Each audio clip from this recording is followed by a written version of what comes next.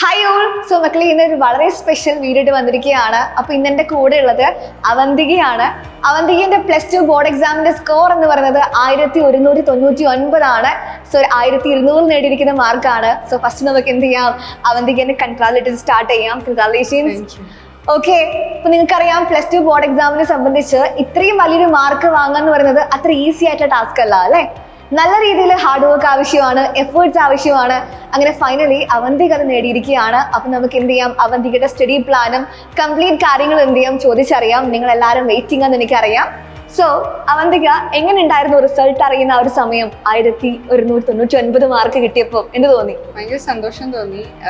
+1 എനിക്ക് full mark ഉണ്ടായിരുന്നു. അപ്പോൾ സ്കൂളിലും ട്യൂഷൻ ക്ലാസ്സിലും എല്ലായിടത്തിലും ഭയങ്കര പ്രതീക്ഷയായിരുന്നു.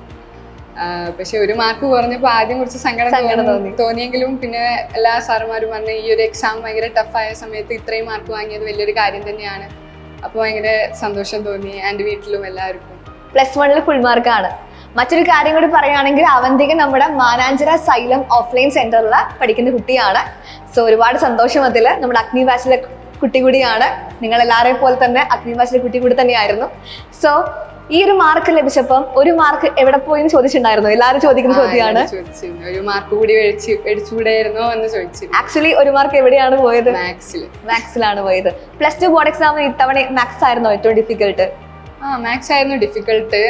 ഫിസിക്സിന് പിന്നെ ടൈം മാനേജ് ചെയ്യാൻ കുറച്ച് ബുദ്ധിമുട്ടായിരുന്നു. ഫസ്റ്റ് എക്സാം ആയതുകൊണ്ട് എല്ലാവർക്കും ടെൻഷനും പിന്നെ ഇങ്ങനെ എഴുതുന്നതിൽ കുറച്ച് മിസ്റ്റേക്സ് ഒക്കെ പറ്റിയോണ്ട് ഒരു ടെൻഷൻ കാര്യങ്ങളായതുകൊണ്ട് ഫിസിക്സ് അങ്ങനെ ടഫ് എന്നല്ല, എല്ലാ ഉത്തരം അറിയായിരുന്നു.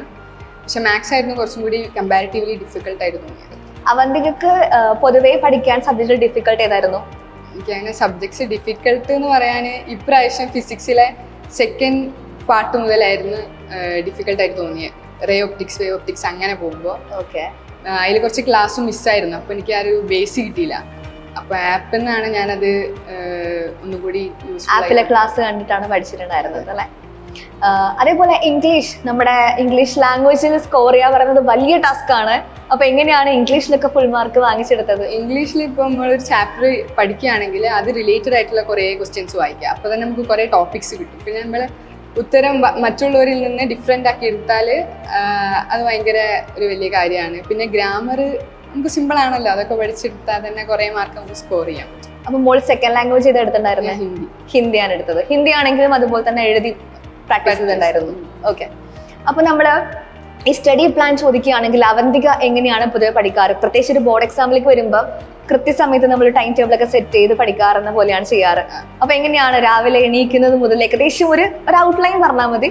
ഞാൻ ഇവിടെ മോർണിംഗ് ബാച്ച് ആയിരുന്നു. അപ്പോൾ രാവിലെ 7 മണിയാകുമ്പോൾ ക്ലാസ് സ്റ്റാർട്ട് ചെയ്യും, 6:45 ആകുമ്പോൾ. അപ്പോൾ രാവിലെ പഠിക്കാനുള്ളൊരു സമയമില്ല. രാത്രി 10 മണിയാകുമ്പോൾ ഉറങ്ങിയില്ലെങ്കിൽ രാവിലെ എണീക്കാനും പറ്റില്ല.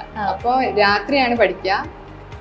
ഫസ്റ്റ് ഒക്കെ ഞാൻ നേരത്തെ ഉറങ്ങാൻ വേണ്ടി ശ്രമിക്കുമായിരുന്നു. പിന്നെ അത് ലോഡ് കൂടാൻ തുടങ്ങിയപ്പോൾ കുറച്ച് ലേറ്റായി ഉറങ്ങും. പിന്നെ രാവിലെ എണീക്കും, ട്യൂഷൻ വരും. അത് കഴിഞ്ഞിട്ട് സ്കൂളിൽ പോയി 4:30 ആകുമ്പോൾ സ്കൂൾ കഴിഞ്ഞ് വന്നാലാണ് പഠിക്കാതിരിക്കുക. എടുത്ത ചാപ്റ്റർ അന്നന്ന് പഠിച്ചു കഴിഞ്ഞില്ലെങ്കിലും പിന്നെ അത് പഠിക്കാൻ വേണ്ടി ശ്രമിക്കണം, അല്ലെങ്കിൽ കുറേ ലോഡായും. പിന്നെ എക്സാംസ് വരുമ്പോൾ ഫുള്ള് പഠിച്ചിട്ട് പോകണം. പിന്നെ ക്വസ്റ്റ്യൻസ് ചെയ്ത് നോക്കണം, അതിലാണല്ലോ കാര്യം. വെറുതെ തിയറി പഠിച്ചിട്ട് പോയിട്ട് കാര്യമില്ല. പ്രത്യേകിച്ച് മാത്സിലൊക്കെ ഒരുപാട് ക്വസ്റ്റ്യൻസ് നമ്മൾ വർക്ക്ഔട്ട് ചെയ്യണം. കാൽക്കുലസ് എങ്ങനെ ഉണ്ടായിരുന്നു മാത്സ്?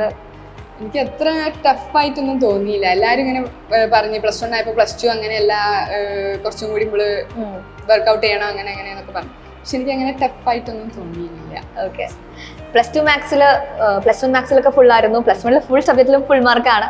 +2 മാത്സിൽ ഏത് ക്വസ്റ്റ്യൻ ആയിരുന്നു ഒരു മാർക്ക് പോയത്? അതറിയില്ല, ഫോട്ടോ കോപ്പി ഇട്ടിട്ടില്ല അല്ലെ, നമുക്ക് അറിയണ്ടായിരുന്നില്ല അല്ലെ. ഓക്കെ, അപ്പം അടുത്ത് ചോദിക്കാനുള്ളത്, മോള് മോഡൽ എക്സാം എഴുതിയിട്ടുണ്ടായിരുന്നില്ല എന്ന് പറഞ്ഞിട്ടുണ്ടായിരുന്നു എൻ്റെ അടുത്ത് നേരത്തെ. വയ്യാത്തത് കൊണ്ട് മോഡൽ എക്സാം എഴുതാൻ പറ്റിയില്ല. അപ്പൊ മോഡൽ എഴുതാതെ ഡയറക്റ്റ് നമുക്ക് ബോർഡ് എക്സാമിന് എത്തുമ്പം എന്തായിരുന്നു അവസ്ഥ? മോഡല് ഒരു ടെൻഷൻ ഉണ്ടാവുമല്ലോ നമ്മൾ ആ ഒരു മോഡൽ എക്സാം എഴുതാത്തതിന്. അപ്പോൾ സാറിനെ ഞാൻ കോൺടാക്ട് ചെയ്തു. ഞങ്ങളെ ക്ലാസ് ടീച്ചറെ, സ്കൂളത്തെ എക്സാം ആണല്ലോ.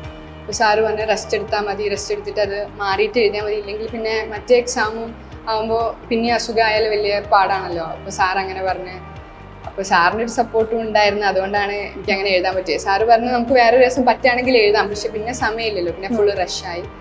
പക്ഷെ അത് ഞാൻ മെയിൻറ്റെയിൻ ചെയ്തു. പിന്നെ ആപ്പിലെ ക്ലാസ് എല്ലാം കണ്ട് പഠിച്ചിട്ടുണ്ടായിരുന്നു അല്ലേ? ആപ്പിലെ ക്ലാസ് ആയിരുന്നു. പിന്നെ ഇവിടുത്തെ ക്ലാസ് മിസ് ചെയ്ത്, രാവിലെ ആണല്ലോ, രാവിലെ എനിക്ക് വരാൻ പറ്റിയില്ല.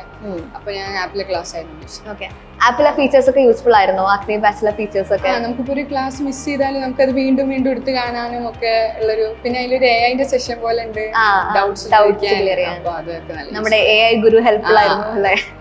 പിന്നെ ലൈവ് ആണെങ്കിൽ നമുക്ക് റീവാച്ച് ഓപ്ഷൻ ഉണ്ടല്ലോ, അപ്പൊ കുഴപ്പമുണ്ടാവില്ല. ഓക്കെ, അപ്പൊ നമ്മൾ റിവിഷൻ ചെയ്യാറുണ്ടോ മോള് പഠിച്ച കാര്യം? ഇപ്പൊ ഇവിടെ ഓൺ എക്സാം ഉണ്ടാവും, ക്രിസ്മസ് ഉണ്ടാവും, എല്ലാം ഉണ്ടാവും. അപ്പൊ ഇവിടുത്തെ ഒരു എക്സാം കഴിഞ്ഞ് കഴിഞ്ഞാൽ തന്നെ നമുക്ക് കുറച്ച് തറവായി. പിന്നെ സ്കൂളത്തെയും കൂടി ആകുമ്പോൾ അതുവരെയുള്ള പോർഷൻ പഠിച്ചു കഴിഞ്ഞു. പിന്നെ ക്രിസ്മസ് ആകുമ്പോൾ ഇവിടുത്തെ ക്രിസ്മസ് വരെ അതുവരെ ഉള്ളത് കഴിഞ്ഞു. പിന്നെ സ്കൂളിലാകുമ്പോൾ അത് കഴിഞ്ഞു. അപ്പൊ നമുക്ക് പിന്നെയും ഇങ്ങനെ റിവിഷൻ ആയിട്ട് മാറിക്കൊണ്ടിരിക്കുകയാണ്. അപ്പൊ അന്നന്ന് എടുക്കുന്നത് അന്നന്ന് പഠിച്ചിട്ടാണ് മുന്നോട്ട് പോയിട്ടുള്ളത്. ഓക്കെ, അപ്പൊ അവന്തികയുടെ അടുത്ത പ്ലാൻ എന്താണ്? എങ്ങോട്ട് പോകണം? എന്താണ് ആഗ്രഹം? എന്താണ്? Computer science പഠിക്കണമെന്നാണ്. എഞ്ചിനീയറിംഗ് പഠിക്കാനാണ് ആഗ്രഹം. എഞ്ചിനീയറിംഗ് ഫീൽഡാണ് താല്പര്യമുള്ളത് അല്ലെ? സോ വേറെ എന്താ പറയാനുള്ളത്? ഉറക്കമൊക്കെ എങ്ങനെയാണ്? കൃത്യസമയത്ത് എങ്ങനെയാ ഉറങ്ങാറുണ്ടോ? കൃത്യസമയത്ത് ആദ്യം എനിക്ക് ഉറങ്ങിയില്ലെങ്കിൽ ഭയങ്കര പ്രശ്നമാണ്. ആദ്യം അങ്ങനത്തെ പ്രശ്നം ഉണ്ടായിരുന്നു. പക്ഷെ പിന്നെ അത് മാനേജ് ചെയ്യാണ്ട് പറ്റിയില്ല. അങ്ങനെ ഉറങ്ങാനുള്ള ഒരു സമയമൊന്നും പിന്നെ കിട്ടൂല. പിന്നെ സ്കൂളിലെ ക്ലാസ്സും ട്യൂഷനും ഒക്കെ ഉണ്ടല്ലോ, അപ്പൊ ഉറക്കം. ഇതിനിടയിൽ കൂടെ പ്രാക്ടിക്കൽസ് വന്നപ്പോ എന്തായിരുന്നു? അപ്പൊ ഭയങ്കര റഷായിരുന്നു. പ്രാക്ടിക്കലിന്റെ മോഡൽ എക്സാമും ഞാൻ എഴുതിയില്ല. അപ്പൊ ഒരു ടെൻഷൻ ആയിരുന്നു, കാരണം ആദ്യമായിട്ടാണല്ലോ പ്രാക്ടിക്കൽ ചെയ്യുന്നത്. 10th + 1 ഒന്നും ഇല്ലാത്തതുകൊണ്ട്. പക്ഷെ കുഴപ്പമുണ്ടായിരുന്നില്ല. പ്രാക്ടിക്കൽസ് ഒക്കെ മോള് പ്രാക്ടീസ് ചെയ്തിട്ടുണ്ടായിരുന്നു അല്ലെ മുന്നേ? വീക്ക്ലി നമ്മൾ ചെയ്യും സ്കൂളിൽ നിന്ന്. പക്ഷെ എക്സാം ആയിട്ട് മോഡൽ എക്സാം എഴുതിയിട്ടുണ്ടായിരുന്നു. പക്ഷെ സാർമാർ പറഞ്ഞ കുഴപ്പമുണ്ടാവില്ല എന്ന് പറഞ്ഞതുകൊണ്ട് പിന്നെ ഒരു ടെൻഷൻ ഫ്രീ ആയിരുന്നു. ഓക്കെ, ടൈം മാനേജ്മെന്റ് എങ്ങനെ ചെയ്തിട്ടുണ്ടായിരുന്നേ? നമ്മളൊരു എക്സാമിന് എഴുതുമ്പം പ്രത്യേകിച്ച് സമയം തികയാത്തൊരവസ്ഥ വരാറില്ലേ? അറിയുന്ന ക്വസ്റ്റ്യൻസ് ഒക്കെ ആദ്യം എഴുതാം. അപ്പൊ നമ്മളെ ക്വസ്റ്റ്യൻ പേപ്പർ നോക്കുമ്പോ തന്നെ അവർക്കൊരു ഇത് വരും, ഇംപ്രഷൻ. അത് വന്നു കഴിഞ്ഞാൽ പിന്നെ നമ്മള് കാര്യം പതിയെ അങ്ങോട്ട് റെഡി ആയിക്കോളും. അപ്പൊ ആദ്യം അറിയുന്ന ക്വസ്റ്റ്യൻ എഴുതാം, അറിയാത്ത ക്വസ്റ്റ്യൻ ലാസ്റ്റിലേക്ക് ചിന്തിക്കാൻ വെക്കാം. അപ്പൊ നമ്മൾ 15 മിനിറ്റ്സ് സ്കൂൾ ഓഫ് ടൈമിൽ എല്ലാം അറേഞ്ച് ചെയ്ത് വെക്കണം. ഫസ്റ്റ് ഇത് എഴുതാം, അത് എഴുതാം, അപ്പം അത് റെഡിയാവും. അങ്ങനെ ടൈം തികയാത്തൊരവസ്ഥ ലാംഗ്വേജിലും ആ പ്രശ്നം ഉണ്ടായിരുന്നില്ല. എനിക്ക് പൊതുവേ നല്ല സ്പീഡാണ്. ഓക്കെ, സ്പീഡ് ഉണ്ട് അത്യാവശ്യം ചെയ്യാനായിട്ട്. ഈ സ്പീഡൊക്കെ ഉണ്ടാക്കിയെടുത്തത് ഒരുപാട് ക്വസ്റ്റ്യൻസ് പ്രാക്ടീസ് ചെയ്ത് ഉണ്ടാക്കിയതാണ് അല്ലേ? നമുക്ക് 10th ഫുൾ A+ തന്നെയായിരുന്നു അല്ലേ? അപ്പൊ എല്ലാത്തിലും 10th +1 +2 ഒക്കെ സെറ്റ് ആയിട്ടിരിക്കുകയാണ്. സോ അവന്തിക +2 ബോർഡ് എക്സാമിൽ വിചാരിച്ച റിസൾട്ട് ഒക്കെ വാങ്ങിച്ചിരിക്കുന്ന ഒരു കുട്ടിയാണ്. അപ്പൊ നമ്മുടെ +2 ബാച്ചിന്റെ അടുത്ത് എന്താ പറയാനുള്ളത്? അവരിപ്പോ കറന്റ് +2 ആണ്, തുടങ്ങിയിട്ടുള്ളൂ അവരെ ബാച്ച്. അപ്പൊ കുറെ പേർക്ക് ടെൻഷൻ ഉണ്ടാവും, എങ്ങനെ പഠിക്കണം എന്ന് ധാരണ ഉണ്ടാവില്ല. അപ്പൊ ഇത് ടെൻഷൻ അടിക്കേണ്ട കാര്യമുണ്ടോ? എന്താ പറയാനുള്ളത്? ടെൻഷൻ അടിച്ചിട്ട് പൊതുവേ കാര്യമൊന്നുമില്ല. ഫസ്റ്റ് എന്ന് പറഞ്ഞു കഴിഞ്ഞാൽ എല്ലാ എക്സാംസും സീരിയസ് ആയിട്ട് കാണാം. ഇപ്പോൾ ഒരു ചെറിയ യൂണിറ്റ് ടെസ്റ്റ് ആണെങ്കിൽ പോലും ആ ഒരു ചാപ്റ്റർ പഠിച്ച് അത് റിലേറ്റഡ് ആയിട്ടുള്ള എല്ലാ ക്വസ്റ്റ്യൻസും ചെയ്ത് കഴിയാൻ വേണ്ടി ശ്രമിക്കുക. അപ്പോൾ നമുക്ക് പതിയെ ലോഡ് കുറയും. പിന്നെ ടെൻഷൻ എന്ന് പറഞ്ഞാൽ ടെൻഷൻ അടിച്ചിട്ട് ഒരു കാര്യമില്ല. എല്ലാ എക്സാംസും എഴുതുക. പിന്നെ ആ എക്സാം വെറുതെ ഒരു യൂണിറ്റ് ടെസ്റ്റ് അല്ലേ, അല്ലെങ്കിൽ പേടിച്ചിരുന്നിട്ട് കാര്യമില്ല. എല്ലാ എക്സാംസും എഴുതി ശീലിക്കാൻ വേണ്ടി ശ്രമിക്കുക. അത്രയും കാര്യങ്ങളൊക്കെ നോക്കിയാൽ തന്നെ നമ്മൾ പകുതി പാസ് സെറ്റാണ് അല്ലേ? അപ്പോൾ താങ്ക് യു അവന്തിക. അപ്പോൾ ഉഷാറായിട്ട് മുന്നോട്ട് പോകട്ടെ. All the best. Thank you. So മക്കളെ, +2 കുട്ടികളെ സംബന്ധിച്ച് നമുക്കുള്ള മോട്ടിവേഷൻ എന്ന് പറയുന്നത് ഇതൊക്കെ തന്നെയാണ്. ഇപ്പൊ അവന്തികയുടെ സ്റ്റഡി പ്ലാൻ നമ്മൾ കേട്ട് കഴിഞ്ഞു. അപ്പൊ ഇതുപോലെ സ്റ്റഡി പ്ലാൻ നമ്മൾ എന്ത് ചെയ്യണം? മാക്സിമം ഫോക്കസ് ചെയ്യണം. അതായത് അന്നന്ന് എടുക്കുന്ന കാര്യങ്ങൾ എന്ത് ചെയ്യുക? മാക്സിമം അന്നന്ന് പഠിക്കാൻ വേണ്ടി നോക്കുക. ഈ പറഞ്ഞിരിക്കുന്ന കാര്യങ്ങളൊക്കെ മക്കൾ മാക്സിമം ശ്രദ്ധിക്കാൻ നോക്കുക. നിങ്ങളെ പോലെ തന്നെ ഒരാൾ തന്നെയാണ്. അപ്പൊ നിങ്ങൾക്കും പറ്റും എന്നുള്ളതിന്റെ പ്രൂഫാണ് കാണിച്ചിരിക്കുന്നത്. നല്ല രീതിക്ക് മുന്നോട്ട് പോവുക. എല്ലാവരും എന്ത് ചെയ്യുക? +2 ബോർഡ് എക്സാമിന് നല്ല മാർക്ക് വാങ്ങിക്കാൻ നോക്കുക.